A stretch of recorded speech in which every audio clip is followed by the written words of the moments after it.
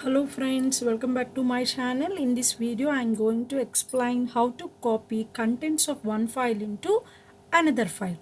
మీకు DOS commands వచ్చుంటే copy command ఎలా వర్క్ అవుతుందో తెలుసు కదా. Copy source name destination file అంటే ఒక ఫైల్ని సేవ్ యాజ్ అని చేస్తే ఇంకో ఫైల్గా ఎలా వస్తుంది, అలా ఎలా చేయాలో చూద్దాం. ఓకే, సో అంటే మనకి ఒక సోర్స్ ఫైల్ అనేది ఆల్రెడీ ఎగ్జిస్ట్ అయి ఉండాలి. So this is already existing file. For example, I am considering as file 1. Okay, this file అంటే ఒకవేళ ఈ ఫైల్ ఉంది అనుకుందాం, ఉండుంటే ఈ ఫైల్లో ఉన్న కంటెంట్స్ అన్నిటినీ నేను ఫస్ట్ ఏం చేయాలి, రీడ్ చేసుకోవాలి. రీడ్ చేసిన కంటెంట్స్ మొత్తాన్ని మళ్ళీ ఈ ఫైల్లోకి ఏం చేయాలి, రైట్ చేయాలి. Okay, so this is file 2. అంటే ఫైల్ 1లో ఉన్న కంటెంట్స్ని రీడ్ చేయాలి కాబట్టి file 1 is in which mode, read mode ఉండాలి. ఫైల్ 2లోకి రైట్ చేయాలి కాబట్టి ఫైల్ 2 ఏ మోడ్లో ఉండాలి, రైట్ మోడ్. That's it. ఒకవేళ ఫైల్ అసలు లేదనుకుందాం, so give an error message to user. Okay, so ఇప్పుడు మనం ఏం చేద్దామంటే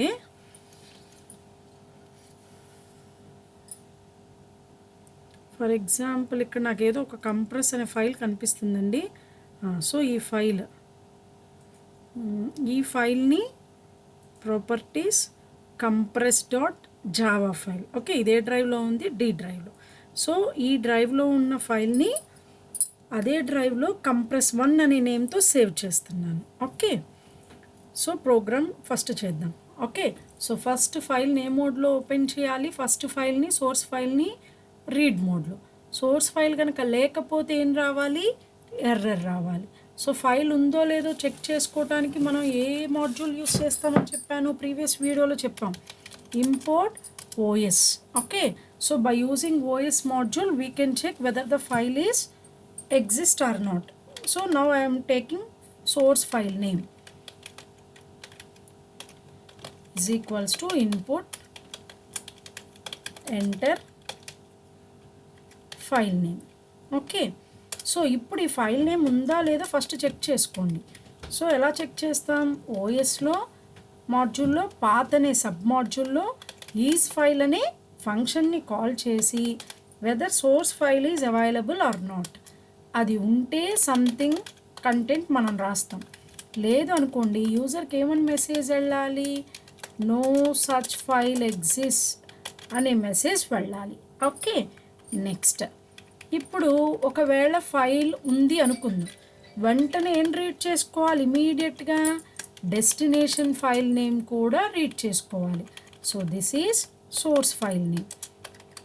ఇప్పుడు ఏ ఫైల్లోకి మీరు కాపీ చేయాలనుకుంటున్నారో దాన్ని మనం ఏమంటాం, destination file. So enter destination file. Read చేసుకున్నాక ఇప్పుడు సోర్స్ ఫైల్ని ఏ మోడ్లో ఓపెన్ చేయాలి, సో 2 పాయింటర్స్ ఉంటాయి, source file, destination file. So source file అంటే ఏంటి, this one. So source file అంటే ఇప్పుడు నా దగ్గర కంప్రెస్ ఉంది ఎఫ్ డ్రైవ్లో, ఇందులో ఉన్న కంటెంట్ నేను ఏం చేసుకోవాలి, రీడ్ చేయాలి. సో అందులో ఉన్న కంటెంట్ని రీడ్ చేయాలి కాబట్టి సోర్స్ ఫైల్ పాయింటర్లోకి open, what is the source file name here, source file name comma ఏ మోడ్లో ఓపెన్ చేయాలి, రీడ్ మోడ్. డెస్టినేషన్ ఫైల్ పాయింటర్ని ఓపెన్ చేస్తున్నాను, డెస్టినేషన్ ఫైల్ని ఇప్పుడు ఏ మోడ్లో ఓపెన్ చేయాలి, రైట్ మోడ్. ఓకే, సో ఇప్పుడు సోర్స్ ఫైల్ ద్వారా నేను కంటెంట్ని రీడ్ చేసుకొని దాన్ని ఒక డేటా వేరియబుల్లో స్టోర్ చేస్తున్నాను. ఇప్పుడు ఈ డేటాని నేను ఎందులోకి రాయాలి, డెస్టినేషన్ ఫైల్ పాయింటర్ ద్వారా డేటా.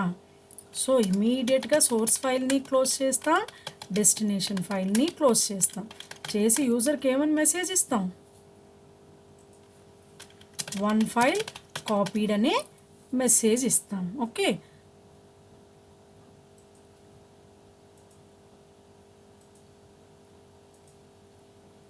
ఓకే, సో అర్థమైంది కదండి. సో నా దగ్గర 2 ఫైల్స్ ఉన్నాయి. ఒక ఫైల్ ఏంటి, this is source file name, this is destination file name. Okay, ఈ సోర్స్ ఫైల్ నేమ్ పాయింటర్ ఏంటి, ఎస్ఎఫ్. డెస్టినేషన్ ఫైల్ పాయింటర్ ఏంటి, డిఎఫ్. సో ఈ సోర్స్ ఫైల్ పాయింటర్ యూస్ చేసి I am reading the contents read చేసుకుని ఎందులో store చేశాను, data అనే వేరియబుల్లోకి. ఈ డేటా అనే వేరియబుల్లో స్టోర్ అయిన డేటాని ఈ డిఎఫ్ పాయింటర్ యూస్ చేసి రైట్ యూస్ చేసి స్టోర్ చేస్తున్నాను. సో అదేనా కాదో చెక్ చేయండి. సో సోర్స్ ఫైల్ నేమ్ ఉందా లేదా, అసలు సోర్స్ ఫైల్ మీరు రీడ్ చేయడానికి లేదనుకోండి, కాపీ ఎక్కడ చేయలేం కదా. So destination file name read చేసుకుంటున్నాం. సో ఆ సోర్స్ ఫైల్ నేమ్లో కంటెంట్ని రీడ్ చేసుకొని డెస్టినేషన్ ఫైల్లోకి రైట్ చేస్తున్నాం, సింపుల్. ఓకే, సో మనం ఇప్పుడు ఏ డ్రైవ్లో చేద్దాం అనుకున్నామండి, డి డ్రైవ్లో compress.java.